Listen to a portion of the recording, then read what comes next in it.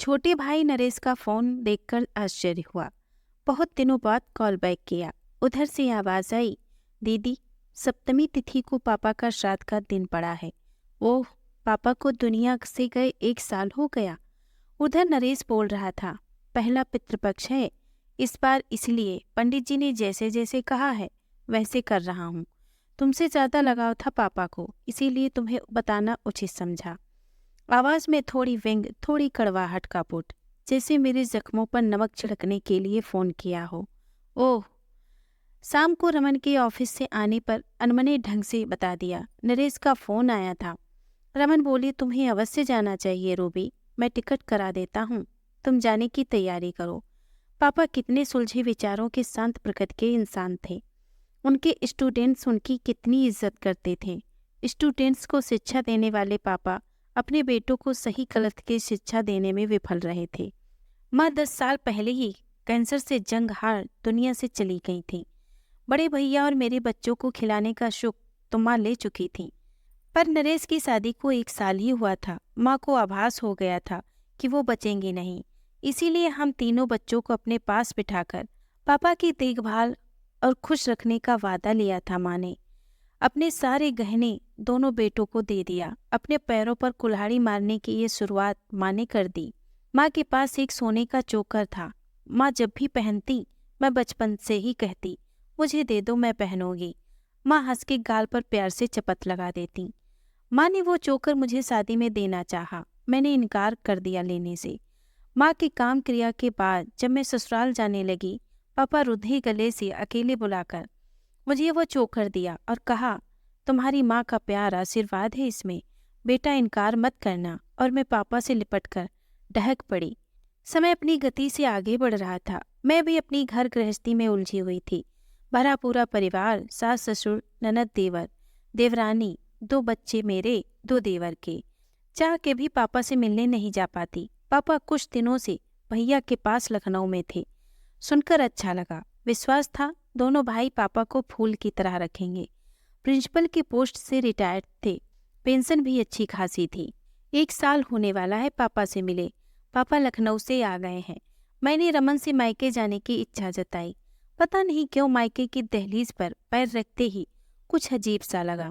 मैं अचानक से गई थी। नरेश घर से ही ऑनलाइन काम कर रहा था। मुझे देखकर खुश नहीं हुआ।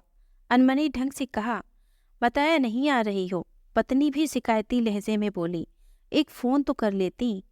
अरे पापा अब उस कमरे में नहीं रहते, किचन के पीछे वाले कमरे में चले गए हैं। इधर शोरगुल बहुत होता था।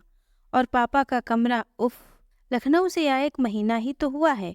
जाले लटकते हुए, मच्छरदानी में कितने सारे छेद, गंदी चिकट चादर, हाथ में रामायण लिए पापा सो रहे थे।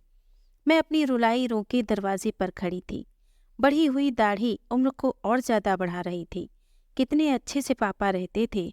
ओह, आज मैं दौड़ के पापा से लिपट गई। पापा उठ गए। अरे रूबी बेटा, तुम कब आई? 1 सप्ताह रही। नाश्ता खाना कुछ भी तो पापा को ठीक से नहीं मिलता था, ना फल ना ही दूध। पूछने पर नरेश बोला, डाइटिशियन से बनवाया है इनका डाइट चार्ट। ये कौन सा डाइटिशियन है जो बिना किसी बीमारी के फल दूध अच्छा खाना सब रोकती है? मैंने कहा, पापा का कमरा भी उसी ने बदलवाया है।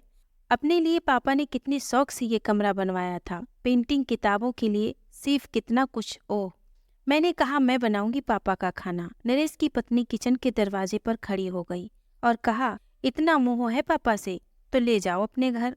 अच्छा खाना खाकर हाजमा खराब हुआ तो मुंह साफ करने आ पाएंगी? नरेश बोला, माँ ने अपना चोकर छुपा के हम भाइयों से तुम्हें दिया है, कुछ जिम्मेवारी तुम भी उठाओ। मैं अवाक रह गई। आज मेरे अपने ही घर में इतना हक नहीं रहा कि अपने पापा को उनकी पसंद का कुछ बना के खिला सकूं।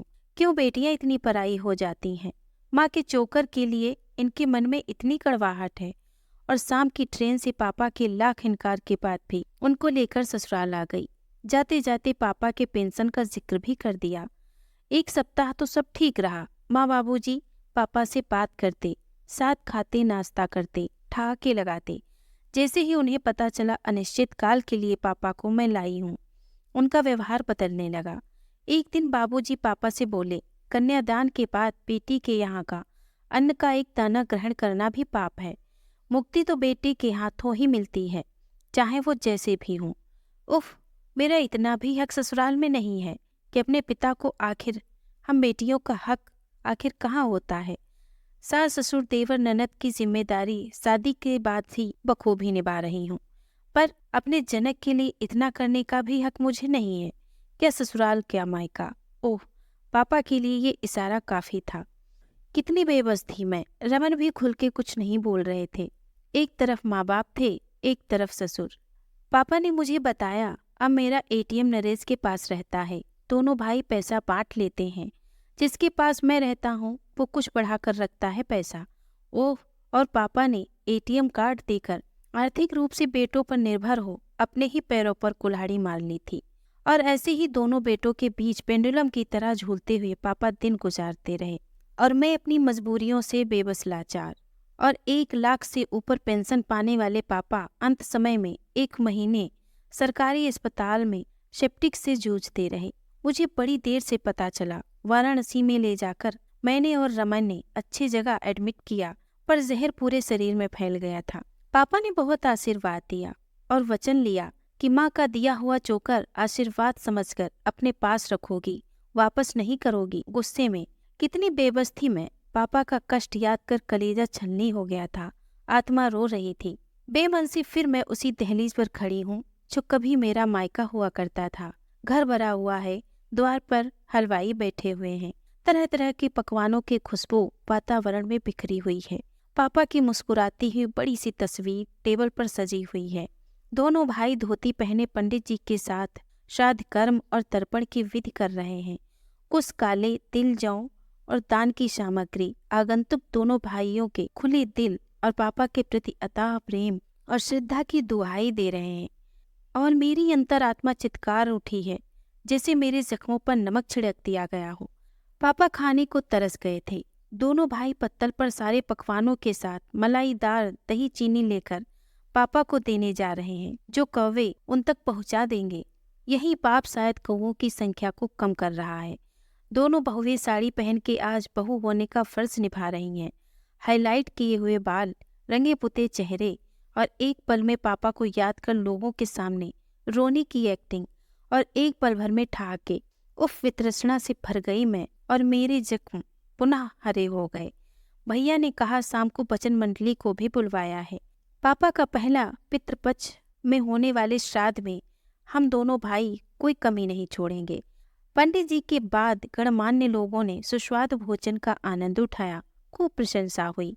मुझे याद आ रहा था पापा पूरे पितृपक्ष पानी देते, दाढ़ी हजामत बंद, लहसुन प्याज, यहाँ तक कि कढ़ाई चढ़ना भी बंद हो जाता।